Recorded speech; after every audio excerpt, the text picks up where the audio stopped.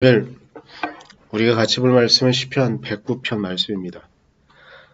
같이 보도록 하겠습니다.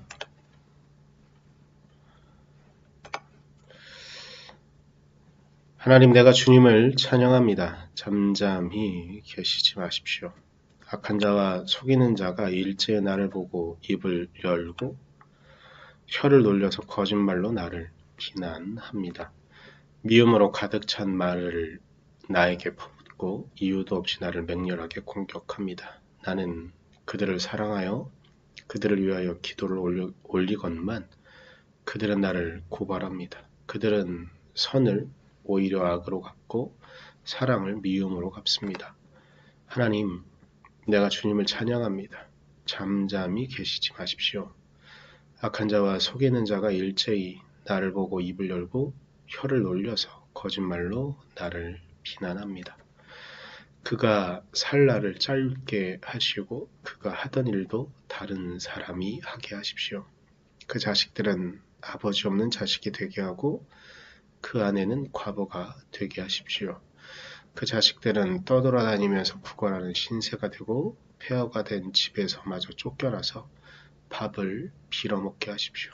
빚쟁이가 그 재산을 모두 가져가고 낯선 사람들이 들이닥쳐서 재산을 모두 약탈하게 하십시오. 그에게 사랑을 베풀 사람이 없게 하시고 그 고아들에게 은혜를 베풀어 줄 자도 없게 하십시오. 자손도 끊어지고 후대에 이르러 그들의 이름까지도 지워지게 하십시오. 그의 아버지가 지은 죄를 주님이 기억하시고 그의 어머니가 지은 죄도 지워지지 않게 하십시오. 그들의 죄가 늘 주님에게 거슬리게 하시고 세상 사람들이 그를 완전히 잊게 하여 주십시오. 이것은 그가 남에게 사랑을 베풀 생각은 않고 도리어 가난하고 빈곤한 자를 괴롭히며 마음이 상한 자를 못살게 하였기 때문입니다. 그가 저주하기를 좋아하였으니 그 저주가 그에게 내리게 하십시오. 축복하기를 싫어하였으니 복이 그에게서 멀어지게 하십시오. 저주하기를 옷 입듯 하였으니 그 저주가 물처럼 그의 뱃속까지 스며들고 기름처럼 그 뱃속에까지 배어들게 하십시오. 그 저주가 그에게는 언제나 입은 옷과 같고 항상 띠는 띠와 같게 하십시오. 주님, 나를 고발하는 자와 나에게 이런 악담을 퍼붓는 자들이 오히려 그런 저주를 받게 해 주십시오. 주님은 나의 하나님이시니 주님의 명성에 어울리게 나를 도와주십시오. 주님의 사랑은 그지 없으시니 나를 건져 주십시오. 나는 가난하고 빈곤합니다. 내 마음이 깊은 상처를 받았습니다. 나는 석양에 기우는 그림자처럼 사라져가고 놀란 메뚜기 떼처럼 날려갑니다. 금식으로 나의 두 무릎은 약해지고 내 몸에서는 기름기가 다 빠져서 수척해졌습니다. 나는 사람들의 조속거리가 되고 그들은 나를 볼 때마다 머리를 절레절레 흔들면서 멸시합니다. 주 나의 하나님, 나를 도와주십시오. 주님의 한결같으신 사랑을 따라 나를 구원하여 주십시오.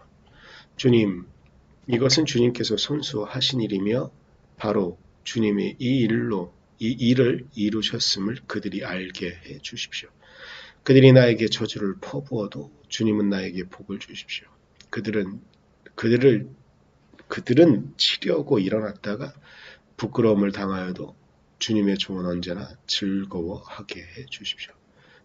나를 고발하는 사람들은 수치를 뒤집어 쓰게 해주시고 그들이 받을 수모를 겉옷처럼 걸치고 다니게 해주십시오. 내가 입을 열어서 주님께 크게 감사드리며 많은 사람이 모인 가운데서 주님을 찬양하렵니다. 나를 고발하는 자들에게서 나를 구원해 주시려고 주님께서 이 가난한 사람의 오른쪽에 서 계시기 때문이다. 아멘. 오늘 우리가 같이 보는 시편 109편의 말씀은 조금은 우리를 당황케 하는 그런 내용들을 담고 있는 시편입니다. 저에게는 아주 인상적인 어, 인상을 주는 한 이야기가 있습니다. 그 이야기는 2차 세계대전에 일어난 일인데요. 2차 세계대전은 세계의 여러 가지 어두운 측면 그리고 사람들을 힘들게 하는 여러 힘든 측면들이 있는데 그 이야기들 중에 하나입니다. 유대인들이 포로 수용소에 갇혀 있게 됐습니다. 잘 아시는 것처럼 그 포로 수용소에서는 이런저런 여러 가지 일들이 있었지만 가장 힘든 건 이 고통이 언제 끝날지 모르겠다는 것, 그리고 자신이 언제 죽음을 맞이하게 될지 모른다는 그런 내용들인 것 같습니다. 그래서 유대인들이 모였습니다. 유대인들이 모이면 하나님 이야기를 당연히 하게 되겠죠. 저녁에 모여서 이들이 이야기를 하다가 하나님에 대한 원망, 하나님이 살아계시다면 자신들이 이렇게 힘들고 어려운 상황 가운데 있는 것이 맞는가에 대한 이야기들, 이런저런 여러 이야기들을 했겠죠. 그래서 하나님이 살아계시다면 하나님께서 우리를 이렇게 두시면 안 된다라는 이야기들을 열심히 하게 됩니다. 그리고 하나님이 살아계시다면 하나님께서 자신들을 이렇게 그냥 두시는 것이 도저히 이해가 되지 않는 상황, 그런 것들을 계속 이야기하게 된 것이죠.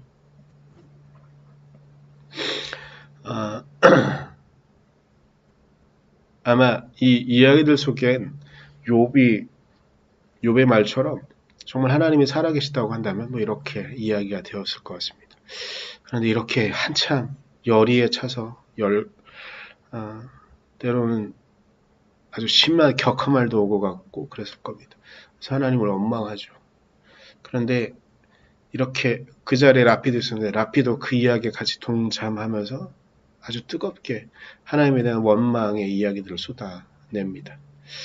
그 이야기가 이제 마무리되고 사이렌 올려서 잠이 들어야 될 시간이 오자 마지막으로 라피가 이야기합니다. 그래, 하나님은 정말 어떻게 이럴 수 있을까 막 하면서 그러면서 마지막에 합니다. 자, 기도합시다. 말로는 하나님을 엄청나게 원망하고 미워하고 하나님 어떻게 이러실 수 있느냐고 그런 말들을 내뱉었지만 결국 그들이 찾았던 건 하나님이었고 결국 그들이 이야기를 하고 싶었던 건 하나님이었던 것이죠. 저는 오늘의 시편이 그날 불려지지 않았었을까 싶습니다. 오늘의 시편의 내용은 우리 기독교인들에게는 상당히 좀 부담스러운 그런 내용들을 담고 있습니다. 우리는 우리 스스로 기독교인이라는 이름 안에 우리가 거룩한 사람이길 바라고 다른 이들보다 거룩한 삶을 살기를 바라는 그런 존재들이지요. 그런데 오늘 시편은 다윗이 쓴 시편인데 다윗의 감정을 있는 그대로 드러냅니다. 내용들 가운데 정말 부담스러운 내용들이 있으니 제가 한번 다시 읽어드리면 너무 부담스러워서 자막을 띄우지 않고 읽어드리면 8절, 9절, 10절에 다윗은 이렇게 하나님께 요구합니다. 그가 살날을 짧게 하시고 그가 하던 일도 다른 사람이 하게 하십시오. 그 자식들은 아버지 없는 자식이 되게 하고 그 아내는 과부가 되게 하십시오. 주여. 그 자식들은 떠돌아다니면서 구걸하는 신세가 되고 폐허가 된 집에서 마저 쫓겨나서 밥을 빌어먹게 하십시오. 유대인들은 가족에 대한 이야기들은 잘 건들지 않습니다. 아무리 미워하는 사람이라고 하더라도요. 그런데 오늘 다윗은 그런 것들을 요구하고 있는 겁니다. 다른 사람, 그러니까 자신을 공격하는 뒤에 내용 더 끔찍한 내용들이 있는데 그만 읽어야 할 것 같습니다. 성경에 왜 이런 내용들이 그리고 다윗이 쓴 시가 들어와 있을까? 그리고 여기가 우리가 본문만 봐서 그런데요. 시편 109편의 제목 가운데는 이스라엘 백성들이 같이 예배 때 불렀던 시편이라고 설명이 되어져 있습니다. 이 부담스러운 내용을 하나님께 예배하는 자리에서 모든 사람들이 다 외웠다는 소리입니다. 이렇게 부담스러운 내용을 어떻게 할 수 있었을까? 소제목이 이렇게 쓰여져 있습니다. 지휘자를 따라 부르는 다윗의 노래라고. 어떻게 이럴 수 있을까? 추정컨대 오늘의 시편은 다윗이 시기는 정확히 알 수 없지만 쫓겨서 도망가던 시기, 사울왕이 될 수도 있고 혹은 다른 국가나 민족들 간의 전쟁 가운데 일단 패배해서 물러나 있을 때 쓰여진 시라고 보통 생각을 합니다. 그런다 그래도 어떻게 이렇게 기도할 수 있을까? 근데 저는 오늘 본문을 보면서 우리가 한번 좀 생각해 보았으면 좋겠는 것이 있습니다. 우리는 하나님 앞에서 얼마나 정직한가? 우리가 이렇게 해야 된다고 말을 하면서 그리고 우리가 쌓아놓은 우리가 생각하는 이미지가 있어서 우리의 본성과는 다르리, 즉 하나님께서 우리에게 만들어 놓으신 모양과는 달리 거룩의 내용은 없고 거룩의 모양만 있는, 그래서 허울만 뒤집어 쓰고자 하는 우리의 모습들이, 물론 또 생각을 해보면 그렇게 거룩의 모양을 입으려고 노력하는 우리의 모습이 점점 우리의 내용을 거룩하게 만들기도 할 수 있겠지만 우리의 내용은 영원히 변함이 없이 우리의 겉만 거룩해지고자 하는, 제가 오늘 묵상을 시작하면서 홀로코스트의 상황 가운데 있던 라피의 말처럼 겉으론 하나님 엄청나게 원망하고 엄청나게 욕하고 유대인 전체가 다 죽음을 바로 직전 앞에 두고 있는 그들이 그렇게 하나님을 원망하고 탓하고 욕할 수 있습니다. 그런데 거룩의 내용을 입었다는 것은 그런 상황 가운데도 끝에는 결국 하나님께 기도하는 것. 근데 우리는 거룩의 내용엔 관심이 없고 우리 안에 있는 거룩의 진정한 모습엔 관심이 없고 겉으로 드러나는 것에만 계속 관심을 갖다 보니 오늘 다윗이 이렇게 있는 그대로 날 것 그대로의 감정을 하나님 앞에 드러나는 것들이 부담스러울 수밖에 없습니다. 사실은 저도 부담스럽습니다. 하지만 하나님께서는 우리의 있는 그대로 날 것 그대로의 것들을 드릴 때 하나님께서는 우리를 당신의 백성으로 차근차근 또한 만들어 가실 거라고 믿습니다.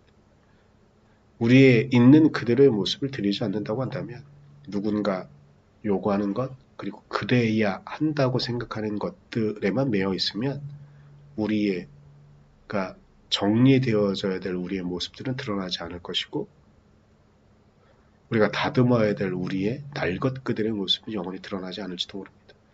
하지만 정말로 하나님께서 원하시는 것은 우리의 있는 그들의 모습을 하나님께 인정하고 드릴 때 당신의 백성으로 당신의 자녀로 우리가 이 땅을 살아가는 모습으로 하나하나씩 만들어 가실 거라고 믿습니다. 우리가 우리의 믿는 것 그대로 하나님께 올려드리며 오늘 하루를 그리고 우리의 인생을 우리의 삶을 살아갈 수 있기를 간절히 소망합니다. 기도하겠습니다. 주님 안에 의지하고 주님의 능력 앞에만 서기를 간절히 소망합니다. 주님 우리를 지켜주시고 우리를 이끌어주셔서 우리가 온전히 아버지의 은혜 가운데 하나님의 능력 가운데만 있게 하시고 우리의 있는 그들의 모습, 날 것 그들의 모습을 우리가 외면하지 않게 하시고 있는 그대로 당신 앞에 우리의 모습을 내어놓게 하시고 그때에 당신께서 만들어 가시는 우리의 참 모습을 발견하고 그 모습으로 살아갈 수 있도록 우리를 이끌어 주십시오. 오늘 하루 당신의 은혜 가운데 오늘 하루를 지내길 간절히 소망하며 당신께서 그렇게 이끌어 주실 것을 믿으며 감사드리며 예수님의 이름으로 기도드렸습니다. 아멘.